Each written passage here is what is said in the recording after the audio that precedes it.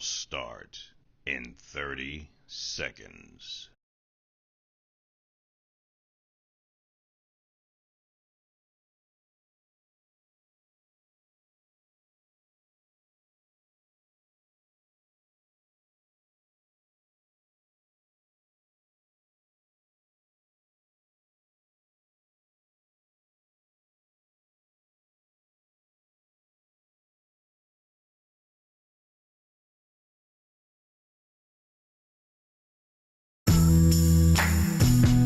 And now, introducing Casey Carter.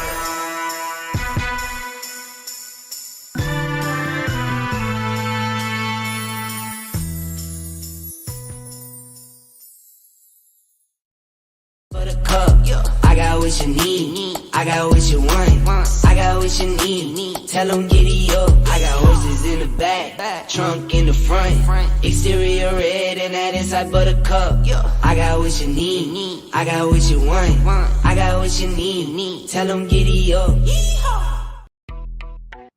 Erotic boudoir, adult, intimate, sexy, sensual. Allow AJ and Nick, the dynamic mother-daughter team, to assist you in customizing a personal pleasure package tailored to your intimate needs. They are highly knowledgeable and offer a professional touch. You can visit their store located at 2635 West Girard Avenue in Philadelphia, or browse more discreetly on their website at erotic-boudoir.com. And please be assured that both AJ and Nick are available to answer any questions you may have. Erotic Boudoir, helping you prioritize your pleasure.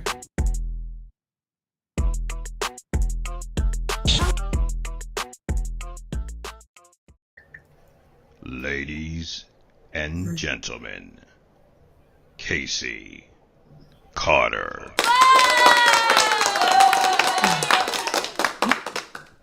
Hey, so I'm hoping I don't have a problem with lag because that means I have to switch my camera. And I don't really want to have to switch my camera because this shot is actually better than the other shot. I want to shout out to my folks who showed up. Hey, Lorenzo. Shout out to Toxic Goddess. Hey, girl, what's going on? And of course, I cannot miss my friend Hustler. Hey, y'all. So this is a super special Friday night edition of Casey at Night.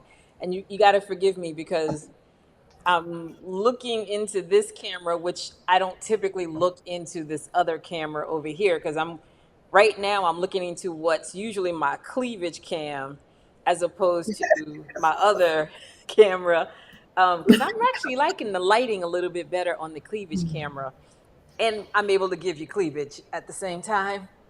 All right, so you hear the giggling in the background, right? That's my guest giggling in the background. And I have to say, she called me out because I'm not wearing a corset. It was a long fucking day. I'm sorry. No corset right now. But I'm giving you all of this. So I'm hoping it makes up for why I don't have on a corset. But I want to thank you all for joining me on a special Casey at Night. Um, and forgive me because I'm going to be going back and forth with my glasses because the other camera is further away and my distance, my sight far away is real good. My sight up close, whole lot of different. So I want to thank those of you who are new to Casey at Night and who jumped on just because of my special guest. And I'm seeing Deuce here. Yeah, hey, thank you for, oh, yes, thank you for joining. And Toxic, thank you. I know how you feel about the boobage, so I appreciate that. Thank you very much. And as you can see, I'm also smoking. You don't typically get Casey smoking on Casey at Night. That's a rare situation. And I had to. Oh, hold up, Duchess. Hey, girl.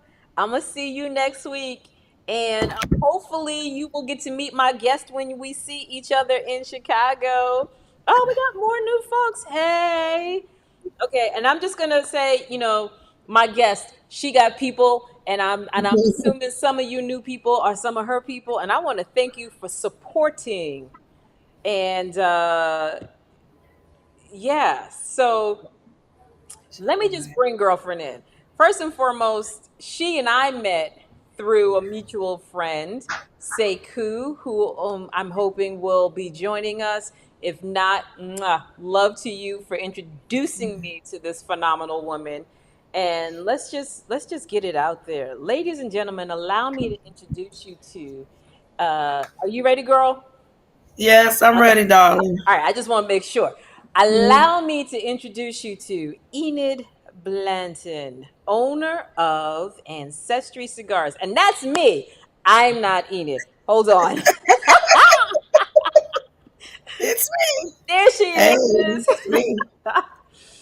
Okay, first and foremost, I want to welcome you to Casey at Night. I want to thank you for doing this on this Friday. And I have to admit, the reason why I wanted you on tonight is because next Friday, I'm going to be in Chicago, where you are located. And I wanted to make sure that the people saw you and heard about you before I come to Chicago, so that as I'm talking about coming to Chicago this week, they're going to be like, oh, wait, she was on with that woman with the cigars. So, Enid, welcome to the show. Thank you. Thank you. So, let's just go on ahead and get into it. Enid, you in the bio, the little write up that you sent me, you Mm. mentioned that you are the first African American female to have a cigar license. What exactly does that mean? So basically, in the state of Illinois, mostly all of the cigar license have been dominated by men. So with me, I'm the first African American woman to hold a premium tobacco license for cigars in the state of Illinois. Okay. Basically, the difference is that it's no black women. That's Okay, basically the so difference. let's do cigar selling for dummies, okay? Okay. So explain to me, you have to have a license to sell cigars? Yes, you have to have a license to sell cigars in all 50 states and international. Because that's basically how the federal government regulates it, how your state regulates it, how they keep up with your sales so that they can be able to be taxed. Basically, you apply for your license. It all depends upon in each state what how long it takes, what the background check is looking for. But I can speak on Illinois. It could take sometimes 4 months. Sometimes it could take up to a year for a tobacconist to get their tobacco license in order to sell cigars. So let us understand, and you and I chatted a little bit before the show. Women are smoking cigars, and Mhm. just so that I'm clear, we're not all smoking flavored cigars. Flavored cigars are hugely popular, but when women aren't, we're not all smoking flavored cigars. And so, talk to me about the fact that you, as a female, having a license is significant as well. It's very significant because, for one, it's not that many females that hold premium tobacco status. It's only 12 of us on the list. When you say Um, 12 on the list, are we talking continental, like Manufacturers, all across the 50 states? yes, it's only 12 of us.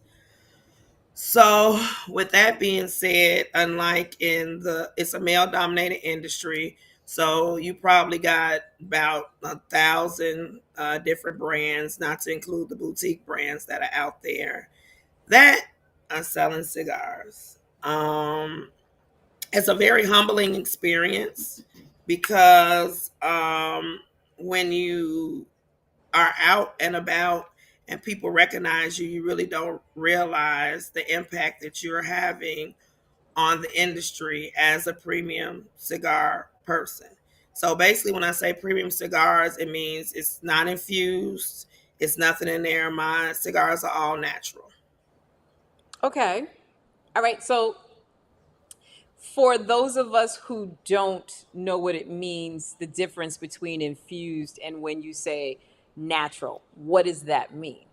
So basically, infused is like a flavor. They some people they inject it with a like say a cognac or a cherry or a mango or something like that, as opposed to premium cigars. They're not injected with anything. They're basically natural tobacco that has aged to perfection to be rolled into a cigar. Okay. So again, I want y'all to understand right now we are giving you cigar 101. Not as much about the how to light, cut, smoke, and all of that, but how someone like Enid creates a product that we can then cut, light, and smoke. And and when I found out that you were the first African American female, as I said to you, that means a lot to me. It means a lot to me because women in general don't quite get the respect that we deserve, and the fact that we smoke and that we smoke like men smoke. My local, the local cigar spot here that I buy from time to time. The first time I went in there, of course, they came rushing into the humidor to ask me if I needed help and all of Mhm. that. But after going a few times, they don't come rushing in anymore. They let me do what I want to do. But I've noticed that that is a thing that women are immediately assisted as if we Mhm. don't know what we're doing. So how Yeah. does that translate as a cigar brand owner? Oh, they still do it. We battle. One thing I could tell you with my manufacturers, we battle back and forth. We like I'm a no nonsense type of person. When I ask for something, it should be no reason that you tell me no. It should be anything. It should be nothing. But let me make this happen. A lot of times when men, like I'm working with a new blender right now, and they find out that I know about the leaves and I know how they from growth all the way to fermentation and then to prepare for the rolling.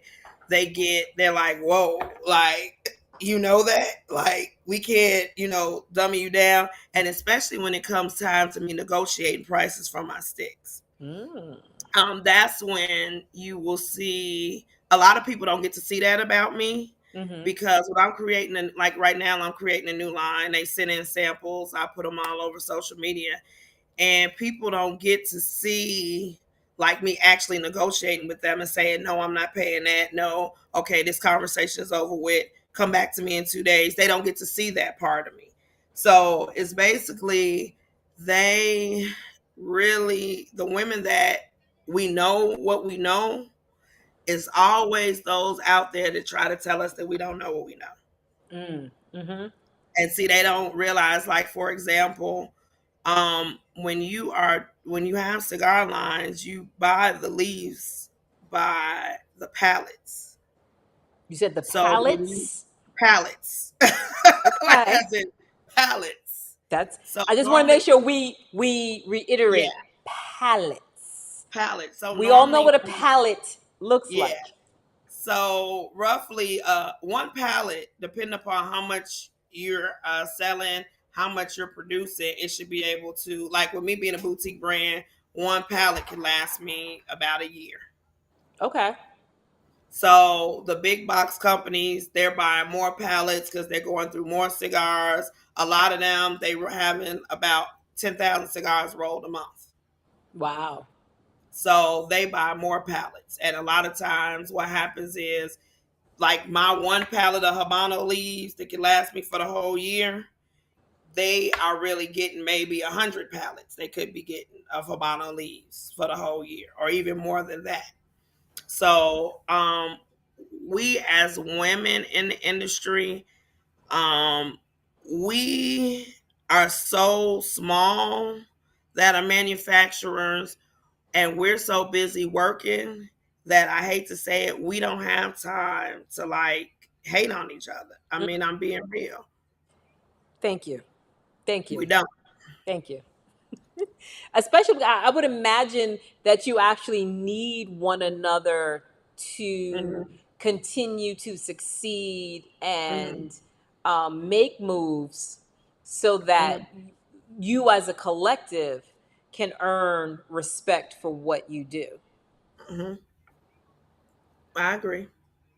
So now, one of the other things I noticed is that if I'm correct, it said you started this last year, or you were officially licensed last year. So basically, how it went was in 2019, I was actually working on it. I just kept it really quiet. Okay. When we went on lockdown because of the pandemic, that's when I went full force. When the samples came in, the licenses were able to go through because the people work from home.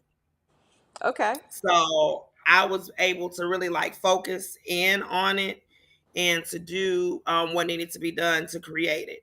So in August of 2020, we got our incorporation. We incorporated in the state of Illinois. And then February 19th of 2021, we got our tobacco license. And then March 25th of this year, we are now incorporated in the state of Florida. I have moved the headquarters of Ancestry Cigars to Miami, Florida, and we're now waiting on our tobacco license from Florida. And why would you move it to Florida? The reason why I moved it to Florida, a lot of people keep asking me this, is because tax purposes. Okay, because I lived in Florida, so I was just Tax curious. purposes. I was Tax just purposes. curious. Okay, so I had explain to them the tax benefits. basically the tax benefits in Illinois. All of my lounges and myself are taxed 36% on each sale that I make, and the state of Florida is 0%. So that means more profit for my company. Okay, so let me just throw this in. This is kind of a sidebar as to why, so that's from a business perspective. Let me tell Mhm. you from a residential perspective, if you are in a position to purchase a residence in Florida, there is no state income tax in Florida. And in order to be considered a resident, you only need to live there 181 days. And let me explain to you, there's Mhm. 365 days in a year. 181 is less than half Yes. the year. Yes. Granted, it's only a few days, but that is still significant. And Mhm. in all honesty, I knew a lot of entertainers, a lot of Mhm. athletes who moved their family to Florida Mhm. because it helps to perpetuate this 181 days of residency. Mhm. So, yeah, um, Yeah. hearing that, that impresses me even more because that is a smart ass business move. And at some point, I will be going every other month to stay a week down there because, like I said, the offices are down there, and it's a lot of stuff that I have to still get set up as we Okay. are making the move. The whole long term plan is my family. We will be moving down there permanently after our son graduates from high school. So in about 2 more years, we will be living in Florida permanently. Okay. And in Miami, my No, we're looking at Orlando, Kissimmee, Clearwater, Florida, and Tampa. okay. Well, Miami, my office is right. It's in Miami right now because I just happen to always be in Miami. okay. Okay. Well, let people, me but say people this. knew this was coming, Casey. They knew it Okay. was coming because So, everybody was like, "You're always in Florida," and uh, I'm like, "Because I love it down there." It's like I go down to Florida and I don't want to leave. When I go to the airport, I just be like a little kid, like I don't want to go home. so I lived when I was in Florida. I lived in Seminole County, which is just between Orlando and Daytona. And it was considered the bedroom community of Orlando. All of the executives who worked in Really? downtown Orlando lived in Seminole County. So I'm gonna just throw it out there. I'm gonna just saying. I don't know. I'm just saying. But I will say All I though. can say is my realtor. I love her to death. Mhm. She emails us sometimes 10 to 15 times a day. All I can say is people, if you're in Florida and you asking for 300, 400 some $1,000 for your house, please have a pool. Yeah. Okay, so let me also say, when I was in Florida, I sold real estate. I was a licensed broker in Florida, and I can't imagine living in Florida and not having my own pool in my backyard. I can't imagine. Exactly. But okay, we digress. We took a hard left on that statement, but I feel you on that. I do, because to me that beautiful sunshine requires some place to Girl, lounge. And I I'm gonna get tell you down in there. advance. I know you said 2 years from now, but if you move anywhere in Central Florida, my ass is coming. I'm just saying. So Oh, have I was like, extra Casey, you space. don't stay in the house. Have extra space, because I'm coming to visit, and I'm gonna be up all in your pool smoking your cigars. Okay. Hey, we'll just give you the key. We'll give you the code. You go right on in. We'll take it off the Airbnb market for that week. There you go. There you go. And, Because I know you and I, like I said, we just met recently. mhm, But for those of you who know Casey, you know mhm. I spend my summer weekends at my parents' house at In their the pool. pool smoking cigars. In the pool. In She's the in the pool. pool. Yes, you are. In the In the pool. in the pool. In the pool. And honey, In I the can't pool. wait for this weather to stabilize Girl. so I can be up in the pool. And that's one of the reasons why I couldn't move down there to Georgia, because you all's weather is too iffy. Honey, listen. Okay, Mm-mm. first and foremost, I am from New York. So I understand winter. I understand the four seasons. But when I spent 10 years in Florida and we basically had one season, one and a half. Let's be real, one and a Yep. half. Yep. Because during the winter months, the humidity goes away. Mm-hmm. That's about it. But Mm-hmm. after spending 10 years in Florida and I moved to Georgia, I was like, y'all got real seasons up in here. Hold up. Wait a minute. Girl. Wait a minute. So, okay. All right. Mm-mm. Let me do a quick commercial break and we're going to come Mhm. back and talk a little more because I've been teasing folks about these bands and we're going to talk about them Oh, they bands. want to know about the bands? The We're going to bands that talk make about you the dance? bands. So, Which bands? The bands that make you dance? hey, listen, okay. We're going to make you Listen. wait for the commercial break. We're going to be right All back. right. Okay, this is where I gotta put my glasses back on. Figure out where we at. Here we go.